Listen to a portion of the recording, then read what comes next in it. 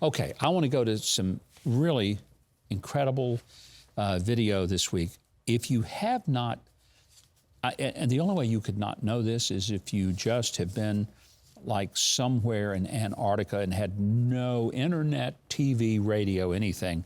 But Budweiser, advertising their Bud Light brand, their light beer, decided to hire this pretend woman.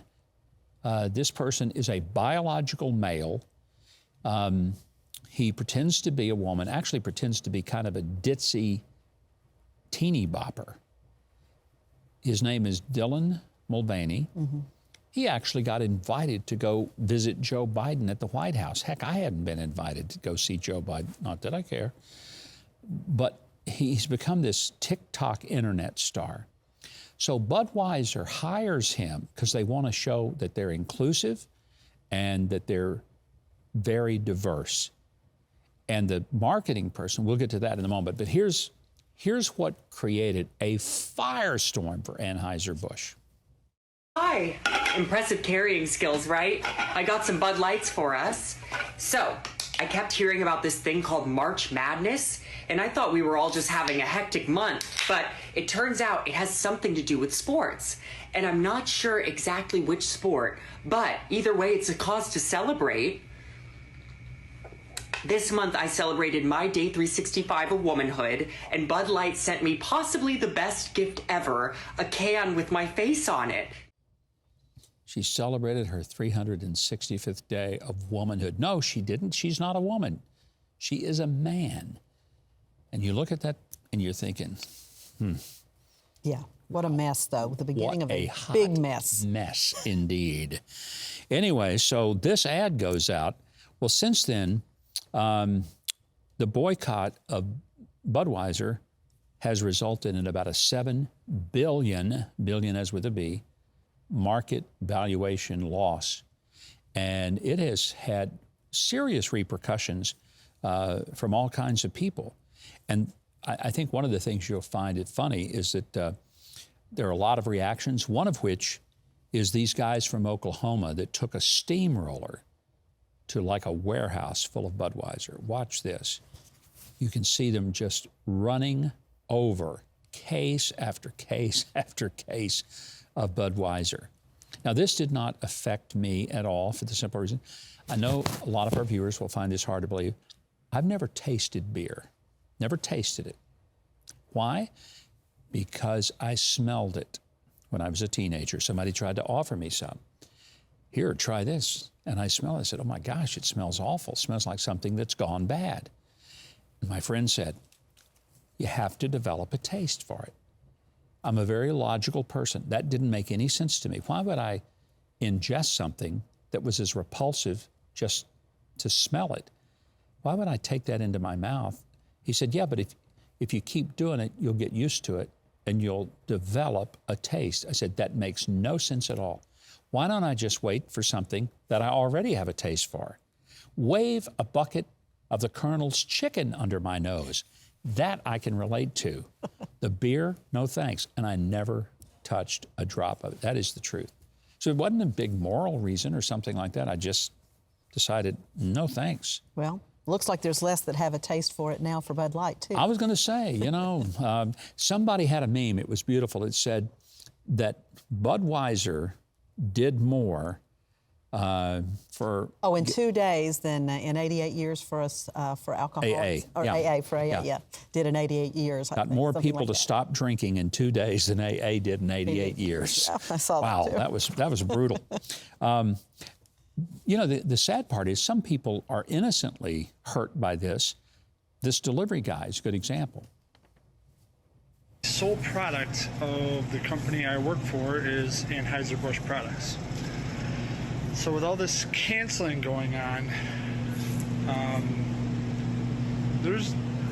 I've never seen such little sales in this past few days on these products. So, you know, this is a guy just out making a living. Right. And it's hurting his ability to put food on his table. The one other one I want to show the vice president for marketing at Bud Light. And this is the person, her name is Alyssa Heiner Scheid, I guess it's the way you pronounce it. And if you listen to her, you'll get an idea of how somebody up the ladder in Budweiser must be stroking out that they ever let this person make such a decision. Let's watch. What does evolve and elevate mean? It means inclusivity. It means shifting the tone. It means having a campaign that's truly inclusive and feels lighter and brighter and different and appeals to women and to men. And representation is at sort of the heart of evolution. You've got to see people who reflect you in the work. And we had this hangover. I mean, Bud Light had been kind of a brand of fratty, kind of out of touch humor. And it was really important that we had another approach.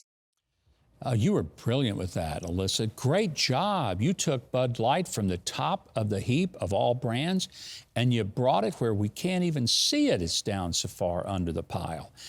But the arrogance of her saying, yeah, the brand, it was like fratty and bad jokes. And I'm thinking, you know, there are a lot of people in America who kind of like that world, and you just insulted the very people who used your product.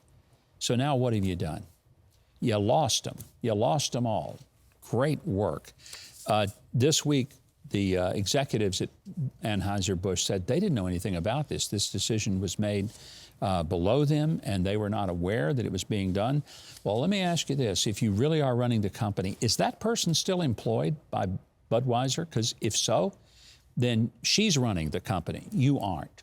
And if you let somebody wreck your brand as big as she wrecked it, it's on you. Purple Haze asking, if people are getting after people for stereotypes, why don't they after Dylan for doing that to women? It's a great question, Purple Haze. I don't know. I mean, that's an appropriation of women. If I were to say something that sounded Spanish, I would be accused and vilified for appropriating a culture that isn't mine. Well, he's appropriating an entire gender that is not his. The double standard is just, it's stunning. Before we leave, I'm going to show one other quick video clip. This is disturbing. I hate to end on a kind of a tragic note, but I want you to watch some people go to Walmart and basically brazenly shoplift and just eat stuff out of the aisle. Watch this. Now, here they are. They're proud of it. They know they're on camera because they want to be on camera. That's the whole point. Chicago Walmarts completely shutting down. 4 different stores in the Chicago area, they're leaving. Whole Foods is pulling up stakes in, of all places, San Francisco. You'd think they'd love Whole Foods in San Francisco, but they're losing millions of dollars, people just robbing them blind. And these companies aren't in business to see if they can lose money and have people come in and make it unsafe. And the Whole Foods people said, it's no longer safe for our employees to work in our store. They're shutting it down. Wow. When you don't deal with crime in a responsible manner, everybody pays. It's just tragic.